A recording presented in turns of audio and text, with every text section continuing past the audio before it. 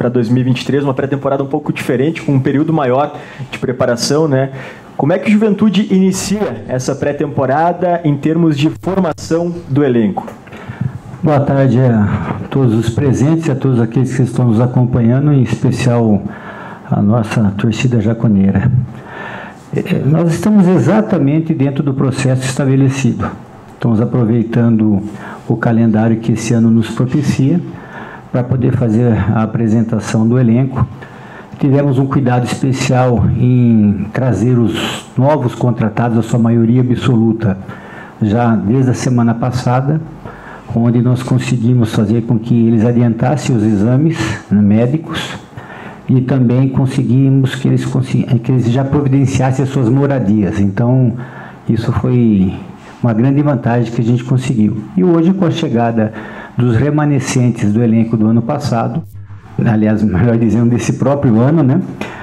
E mais algumas contratações que estão chegando, vão nos permitir que, a partir de quinta-feira desta semana, estejamos já com um grupo praticamente todo uniforme, para darmos andamento à parte mais com trabalho de bola, né? Porque a parte física já está sendo feita desde hoje. Boa tarde, Júnior. E em relação a centroavante, que a gente sabe que até clubes da Série A têm dificuldades em anunciar atletas, para o Juventude, como é que o mercado se apresenta neste setor?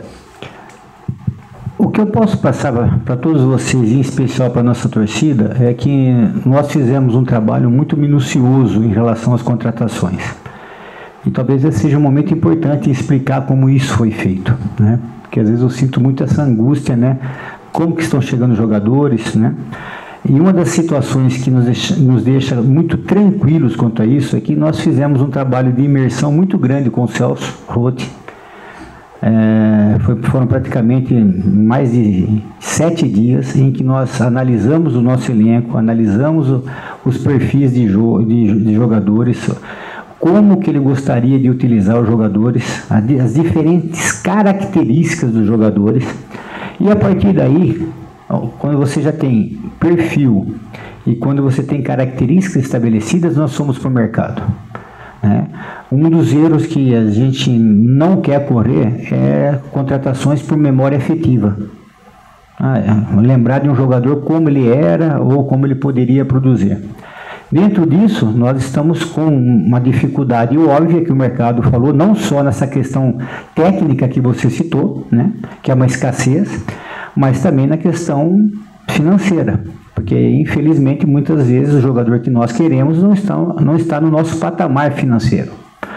E uma coisa que nós temos que ter muita convicção: a nossa seriedade financeira, né, o nosso orçamento estabelecido, ele não quer dizer que nós não estamos trazendo os jogadores que nós queremos. Aí é muito mais a questão da nossa competência, da nossa busca, das nossas características de networking, de relacionamento.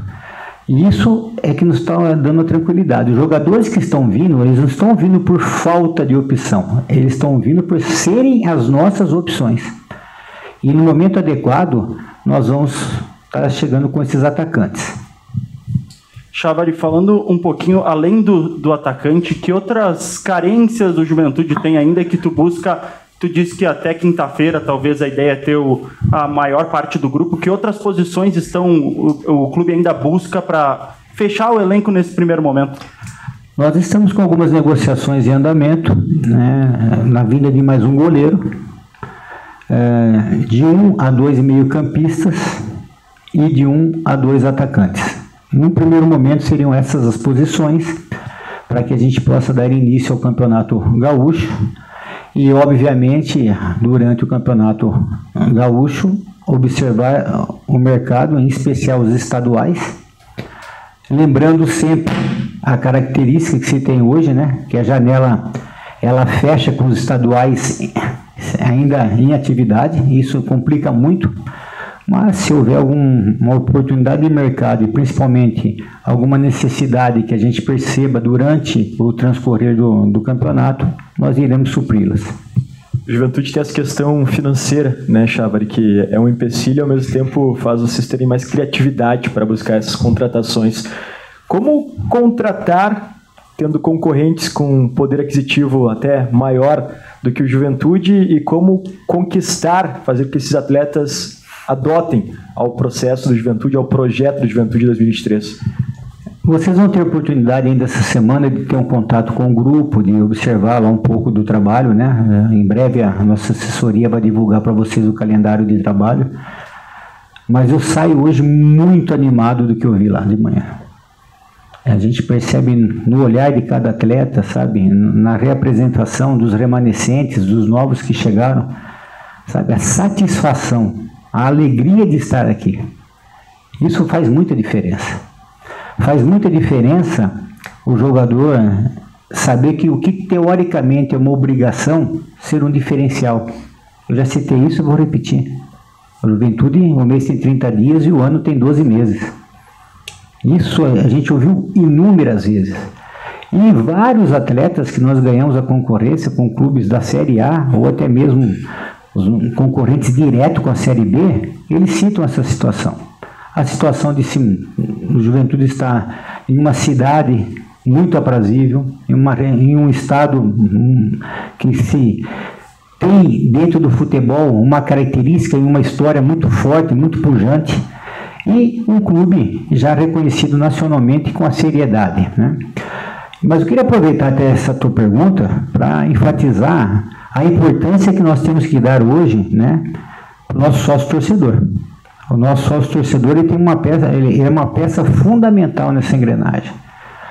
Então, a gente conseguir incrementar os nossos sócios-torcedores, aqueles que já estão, poderem continuar a ser ativos. Todos nós sabemos das dificuldades que todos nós enfrentamos no país hoje, mas é esse diferencial do sócio-torcedor, o diferencial das compras dos produtos oficiais do clube. Tudo isso é um incremento de receita que vai fazer diferença para o projeto. Então o torcedor ele tem que, mais uma vez, estender a mão aqui, né, para o grupo de atletas, né, para a diretoria e nos ajudar. Isso vai ser fundamental para que a gente possa ter um pouco mais de equilíbrio na questão orçamentária. A preparação começa hoje, mas a gente sabe que alguns clubes, inclusive, já estão fazendo jogos testes, tendo em vista o Campeonato Gaúcho. O que vocês já definiram em termos de cronograma de disputa de amistosos? E a questão do preparador de goleiros já está definida também? Sim. Inicialmente, nós já temos hoje 4 jogos, treinos marcados, né? Iniciaremos contra o Sindicato dos Atletas, aqui do Rio Grande do Sul, depois teremos contra o Avenida, contra o Atlético de Santa Catarina, recém-promovido à primeira divisão de Santa Catarina, e encerramos novamente contra o Sindicato, que é uma semana que vai ser a semana já da estreia, né? Então tem um pouco de dificuldade em encontrar clubes de outros estados, porque especificamente o Campeonato Gaúcho atrasou uma semana, mas os demais não. Nós temos uma expectativa de ter talvez mais um amistoso, dependendo da nossa data de estreia. Aí teria um remanejamento nessas datas, e em breve a assessoria também vai estar passando para vocês essas datas. Inicialmente todos esses jogos seriam no CT, com talvez a possibilidade do último ser aqui no Alfredo Jaconi, até para a gente ter uma ambientação dos novos atletas com o estádio. E hoje já chegou o Alex Lessa, que é o novo preparador de goleiros, que tem uma história muito grande no Brasil de Pelotas e em inúmeros outros clubes, e que também será divulgado essa situação, assim como alguns remanejamentos na comissão técnica, né, em que vocês serão comunicados no dia de hoje, sempre usando a filosofia, né, que o clube tem do aproveitamento do material humano interno. O Juventude é um clube formador, não apenas de atletas, mas de profissionais do futebol. E é um compromisso nosso em aproveitar o máximo possível os nossos profissionais que aqui estão, para que eles possam também evoluir dentro de sua carreira. Chávari, dentro da lista de jogadores que foram apresentados, quer dizer, que iniciaram os treinamentos, chama atenção o número grande de jogadores da base, né? São 9 jogadores que têm pelo menos idade ou são oriundos da base do Juventude. É um número até superior ao que se vinha trabalhando no elenco profissional como um dos objetivos para essa próxima temporada. O que representa isso, esse número acima do que era projetado, e a confiança também, a aposta que tem nesses jogadores jovens formados pelo Juventude? Tua pergunta, ela me deixa um gancho até para estender um pouco essa tese, que é o seguinte, talvez até minha escolha para essa função fosse pela experiência que eu já tive muito em base, por poder ter essa verticalidade entre o futebol profissional e a base. A base do Juventude, ela é historicamente uma base formadora, reveladora, né? Hoje nós temos entre os atletas que têm idade para a base, né, mais aqueles que são recém-estourados na idade, né, porque estão estourando aí o sub-20, você citou esse número. Mas podemos somar mais um número nisso aí, que é o Tomi, que é um jogador que chega para o sub-20 com todas as características de poder ser utilizado na equipe principal. Então aí eu já quero fazer uma divisão que a torcida vai começar a se acostumar. Além dos atletas que nós já temos sendo formados na base, e aí nós temos, por exemplo, hoje o Wellington, que está se recuperando de uma contusão, mas está trabalhando conosco, nós temos o Juan, que são jogadores sub-17, que a gente está aproveitando, né?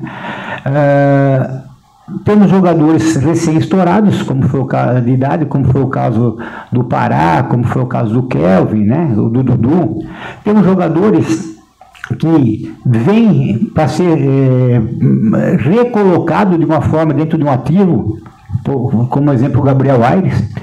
E aí eu quero já fazer um anúncio para vocês. Nós também repatriamos um jogador, que é um cuidado que a gente vai ter muito grande, porque como nós fazemos muitas negociações hoje, o Juventude sempre teve essa característica, muitas vezes esses garotos não acabam tendo oportunidade em clubes de destaque, e invariavelmente esses atletas ficavam perdidos, né, como ativo do clube. Então nós estamos repatriando o Pedro Arthur, que é um jogador que saiu daqui com grande projeção, que está indo, foi para o Flamengo, né? E agora, como o Flamengo não processou a renovação do contrato dele, nós conseguimos entrar nesse processo e trazê-lo para que a gente consiga dar mais um tempo para ele dentro do Juventude, e é um ativo do clube, que se nós não fizéssemos isso, aquele percentual teórico que foi negociado com o Flamengo no passado, estaria perdido. Então, isso é muito importante vocês entenderem. Nós vamos continuar investindo fortemente na escolinha, que é a base de tudo e tudo do Juventude, nas categorias menores. Alguns jogadores semi-prontos poderão e deverão chegar ao longo do tempo, para que a gente possa também ter acelerar alguns processos de revelação. E, obviamente, muito atento ao mercado para aqueles que já são nossos ativos. Se nós tivermos oportunidade de um reaproveitamento, ele aconteça de tal forma que o clube nunca tenha essa perda. Duas em uma, se me permite, Chavari. Essa questão do Pedro Arthur, ele tinha até ido para Portugal para acertar com algum clube. Como é que ficou a situação? Então ele vem para o Juventude e será integrado ao time profissional, base.